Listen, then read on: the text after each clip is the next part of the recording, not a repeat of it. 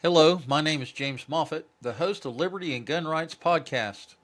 The following videos are sponsored by the JBS local chapter of Dorchester and Berkeley counties in South Carolina. JBS hosted attorney Michael Rose, a 1969 graduate of the U.S. Air Force Academy, retired South Carolina State Senator and President of the South Carolina chapter of the U.S. AFA Association of Graduates. His presentation was labeled Habits of Honor, Faith, and Patriotism. There are 8 short videos in this series which will be labeled Video 1 through 8. This case was settled because my opinion was already more than 100 pages long that she was writing. That's happened at Navaltech.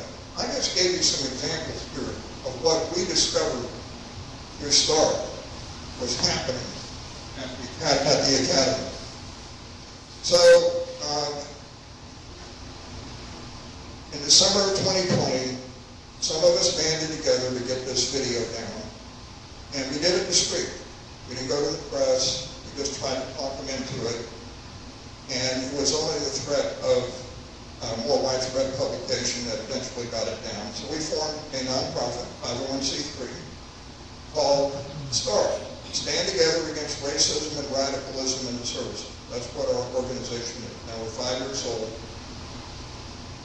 And our goals were twofold: to eradicate DEI from all aspects of the Department of Defense, and secondly, to eliminate the illegal COVID mandatory vaccine policy, mandate, and seek remedies for those harmed by the vaccine. Now, did you know that 8 federal court decisions said that it was illegal to deny religious exemptions to the COVID vaccine mandate? And that now that President Trump in executive order says that the COVID vaccine mandate in the military was unjust, and the Secretary of Defense says it was, quote, illegal as implemented? Did you know that the anthrax vaccine imposed on the military, that mandate was shut down by a federal court that issued an injunction? Well, how do we get illegal vaccines mandated in the military? I thought the military was supposed to obey the law. And so we, in STARS, helped get the Congress and the Department of Defense, Secretary of Defense, to rescind the COVID vaccine mandate. Now, I want to add one other thing about this. It became very clear with the science that the COVID vaccine did not keep you from getting COVID. It did not keep you from transmitting it to somebody else. For people that were older, like me, and people that were had health problems already, it did keep your case from being so severe, make it less likely you're going to die. But for young people in the military in their teens and the 20s, it didn't keep them from dying. They weren't dying anyway. They got the COVID and they got over it. So in other words, there was no real value in getting the COVID, but there was plenty of harm caused by the COVID vaccine, and it's beside the point. Under the law, they had a right not to take it, but that was denied. And STARS has gone to bat and still going to bat for those people. Now, STARS opposes radicalism in the military. What does that mean? We adopted the Michigan State University definition of radicalism, which is the beliefs or actions of individuals, groups, or organizations who advocate for social and or political reform to achieve an alternative vision of society. What's key here is the radicals are trying to eliminate our Constitution, to eliminate the rights number, to eliminate our system of government, and replace it with their view. And that's the whole point here. They're not this is not just, I think we ought to spend this much money instead of that much money, or we ought to do it this way instead of that way. They want to wipe the slate clean and replace it with their vision of Nirvana, which, of course, their elites are in control. So the original vision of America was founded, was in our founding documents like Declaration of Independence, the Constitution, Bill of Rights. The vision of ideology that threatens that is cultural Marxism. That is the domestic threat that officers in the military take oath to oppose, to support the Constitution and oppose all enemies, foreign and domestic. Socialism and Marxism are not the same, but they go together. Marxism is an economic and political ideology Socialism is an economic and political system that implements the ideology. It's the opposite of free market capitalism in a constitutional republic. Understand, we don't have a democracy.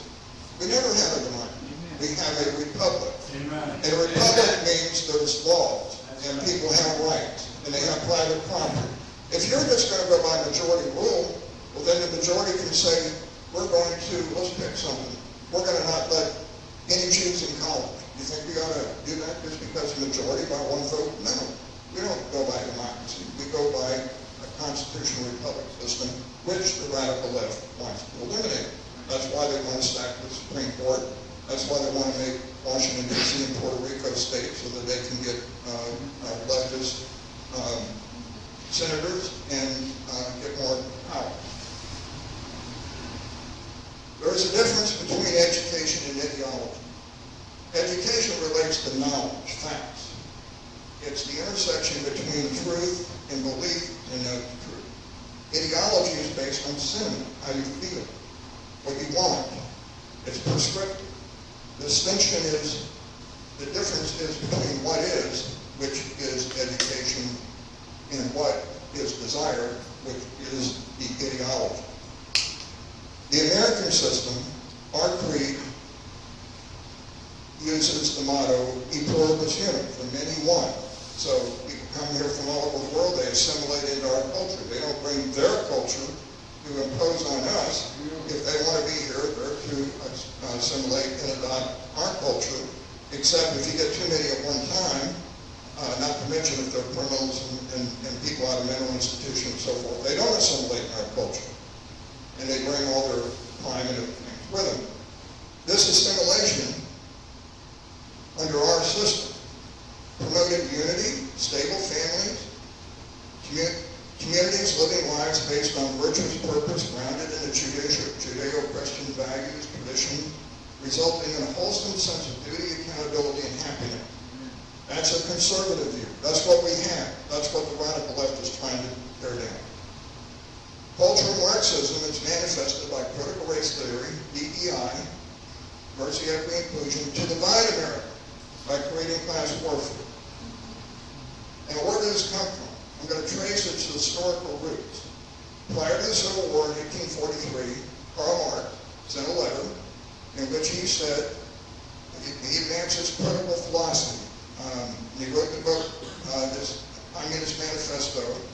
He said, to obtain forgiveness for its sins, mankind needs only to declare them for what they are. In other words, admit their sin. 5 years later, Marx and Engels published the Communist Manifesto. Their key tenets are to abolish personal property, no personal property, don't own your house, state's going to own it. If the Marxist running for mayor of New York, he says that he wants the city of New York to own the grocery store. And under this communist culture of Marxism, the state educates the children, not you. That's why if they want to change their gender and parents are not notified in these leftist states. Class warfare, the haves versus the have-not. And this has been going on worldwide. And about 1924, Lenin's goal was, quote, give me just one generation of youth and I'll transform the world. So this is not new. It's just maybe new to us, or new to you, or new to me. Now, Woodrow Wilson was the father of the administrative state when he was president. He didn't believe in or trust the electorate. He believed in elite in the government as being better decision makers. So he lacked faith in the Republican self-government. He called the voters selfish, ignorant, timid, stubborn, or foolish. Now this is a quote. Persons whom the bulk of can vote. He complained about it. The Constitution he saw as a living document. In other words, we can change it as it suits us, according to Woodrow Wilson. The impact was he established the political and bureaucratic conditions for socialism develops under the New Deal in the Great Society